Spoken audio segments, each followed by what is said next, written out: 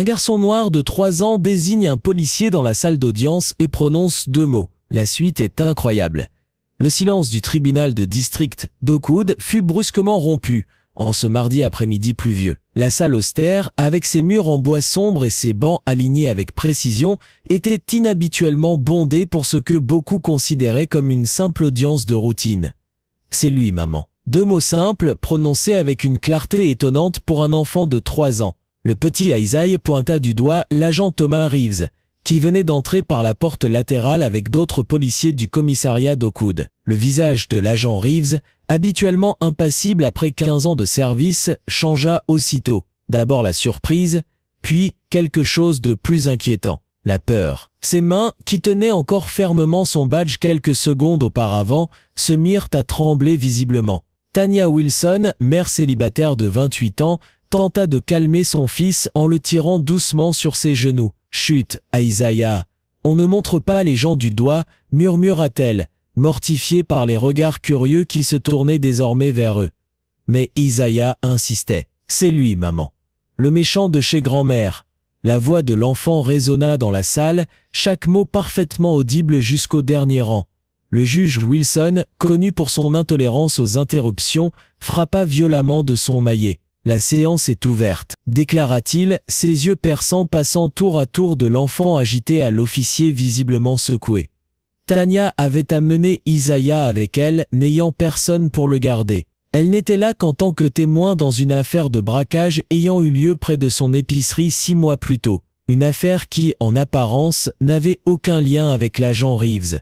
Du moins, c'est ce que tout le monde croyait. La procureure Eleanor Hayes, en train de trier ses notes pour l'affaire suivante, observa la réaction inhabituelle de l'agent avec un intérêt grandissant. 15 années d'expérience lui avaient appris à reconnaître les signes de culpabilité. Et ce qu'elle voyait déclenchait toutes ses alarmes internes. Pause de 10 minutes, annonça le juge, sentant la tension monter. « Agent Reeves, je souhaiterais vous parler dans mon bureau. » Alors que l'agent, boitant légèrement, se dirigeait vers les quartiers du juge, la procureure Hayes s'approcha discrètement de Tanya. « Madame Wilson, c'est bien ça? Pourrions-nous parler un instant ?» Tanya acquiesça nerveusement, tout en tentant de calmer Isaiah, qui ne quittait pas des yeux le policier sortant. « Votre fils a-t-il déjà eu un quelconque contact avec l'agent Reeves ?» demanda Hayes à voix basse. « Pas à ma connaissance », répondit Tanya, confuse. « Nous sommes là uniquement à cause du braquage.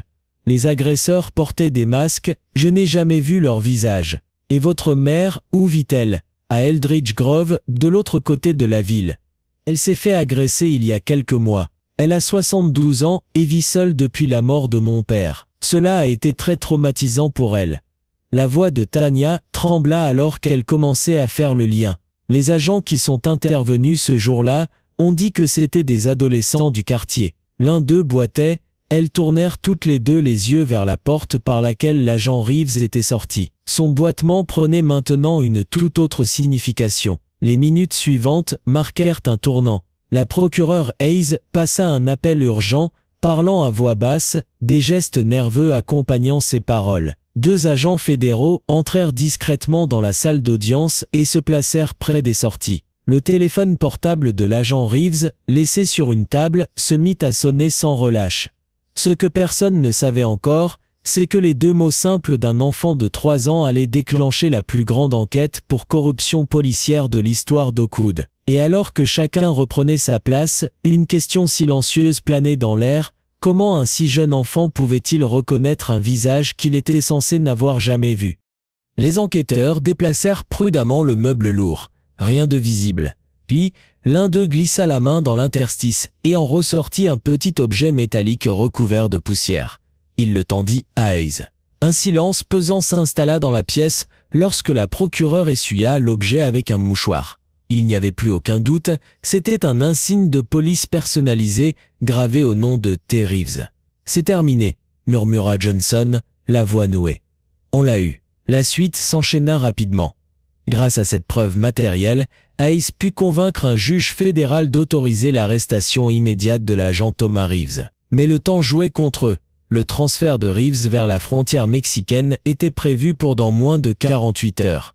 Une équipe du FBI fut mobilisée. Reeves fut intercepté dans la nuit suivante à l'aéroport régional de Cedar Hill, tentant de prendre un vol commercial sous une fausse identité. Lorsque la nouvelle de son arrestation éclata, un séisme secoua le département de police d'Oakwood. 3 autres agents furent suspendus dans la foulée. Des perquisitions révélèrent des documents compromettants, des relevés bancaires truqués et même des objets volés dissimulés dans des casiers privés de la brigade. Mais au-delà des preuves matérielles, c'est le témoignage d'un enfant de 3 ans, livré sans filtre ni calcul, qui fit basculer toute l'affaire.